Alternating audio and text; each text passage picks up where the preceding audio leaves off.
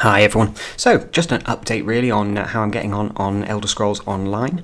Now up to just level 18 I think, and overall the game is still very slow. You know, it's quite a slow pace, but I'm now doing like the level 20 content, 20, 21, 22, and what I've noticed is that next level of content, as it were, the next level block between 20 and 30, certainly so far, the quests seem to be much more dynamic in nature. There's more going on, the chains seem to be longer, more things to fight certainly, and actually much better storytelling going on as well.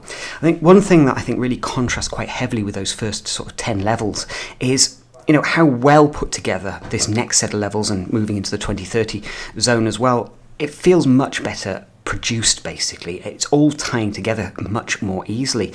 But also, when we kind of consider what happened with the kind of last-minute development of those early 10 levels, it does seem to me that they've basically had to rip a lot of stuff out and very quickly attempt to put together a kind of level progression for 1 to 10 that hasn't quite worked out as well as maybe they had hoped. Certainly from my perspective, it feels like those first 10 levels are broken, really, compared to what I'm now experiencing. Now, you know, we do expect a certain amount of kind of easing players in, but what concerns me, I think, for Elder Scrolls from its sort of like long-term viability is, you know, getting people in early in those first 10 levels and really helping them acclimatise. It's not doing it at the moment. It's not really working well. Now, I haven't been able to do a huge amount of PvP, mostly because of really some game-breaking bugs there. Unfortunately, when you kind of try and zone into the PvP area, sometimes the game will just crash and you'll be sat there sitting at a loading screen that never ends. Likewise, when you're actually in the PvP zone, if you try and move between any of the waystones or you die, you have another loading screen, and again, the thing can crash.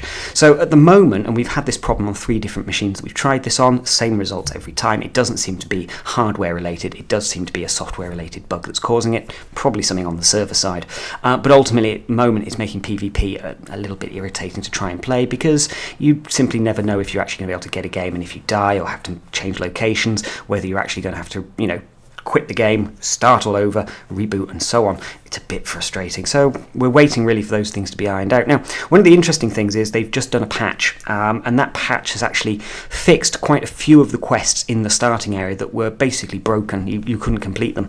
And so that was also, you know, a major problem for me. What I found was that some of the quests obviously that were going to give me quite a nice chunk of XP to help my leveling during those first 10 levels, simply were broken, and they turned out to be quite long chains. So unfortunately there was probably 3 or 4 quest chains there which I simply couldn't complete, and so missed a huge amount of XP. I also had to respec because unfortunately the kind of where I'd assigned all of my skills and various stat line buffs, they just weren't really working effectively for me in every situation. I was doing really well at solo content, but simply wasn't feeling powerful enough in dungeons and so on in PvP. So respec, gone more tanky this time, and generally speaking enjoying it quite a bit more. Not doing as much damage output, but certainly feeling much more like a dude running around in heavy armour, which is kind of what I wanted really. Overall, this game is still early days, but I kind of like what the developers are showing us now, coming through from, you know, the new level 50 content they'll launch soon, but also kind of how those new levels, like the levels I've just got to, sort of the 20 zone, how that's kind of starting to feel like it's hanging together, and it's making me care. And that's the main thing with an MMO. You have to kind of feel that your character is an extension of you and vice versa, and that wasn't really something I was getting to begin with. Not like you've had in other games where you do feel like empowered to be this awesome character. Elder Scrolls just wasn't quite cutting it there at the moment. All in all, if you've not checked out Elder Scrolls Online yet, you can actually pick it up on the CD key sites for around 25 quid, which in my mind actually makes it a pretty good bargain for sort of your 30 days worth of game time in the box, and a reasonable opportunity to take a punt basically and see what you think of the game. It works really nicely on even low-end PCs. Obviously you'll have to adjust the graphics etc to suit, but we found, you know, NVIDIA 460 is just about the bare minimum for reasonable good quality frame rates, with, you know, a few of the bells and whistles turned on. As you go above that, 560s and so on, the game becomes very, very pretty without having to make a huge number of kind of adjustments to get it running well. They've done a very good job with the engine, even with the obviously the lighting effects and everything going on here. it's actually very solid, and it does maintain a really solid frame rate, especially in PvP battles. We've noticed in the PvP stuff, when you've got hundreds of players running around and particle effects and trebuchets going off and everything like that, the frame rate does take a hit.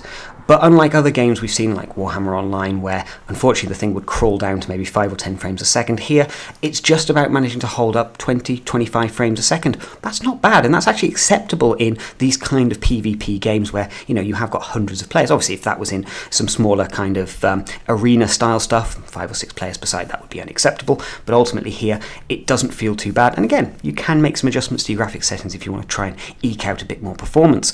But ultimately, the PvP stuff and the way everything is kind of hanging together, generally it feels really, really good. They just need to get these bugs squashed now, and I mean quick.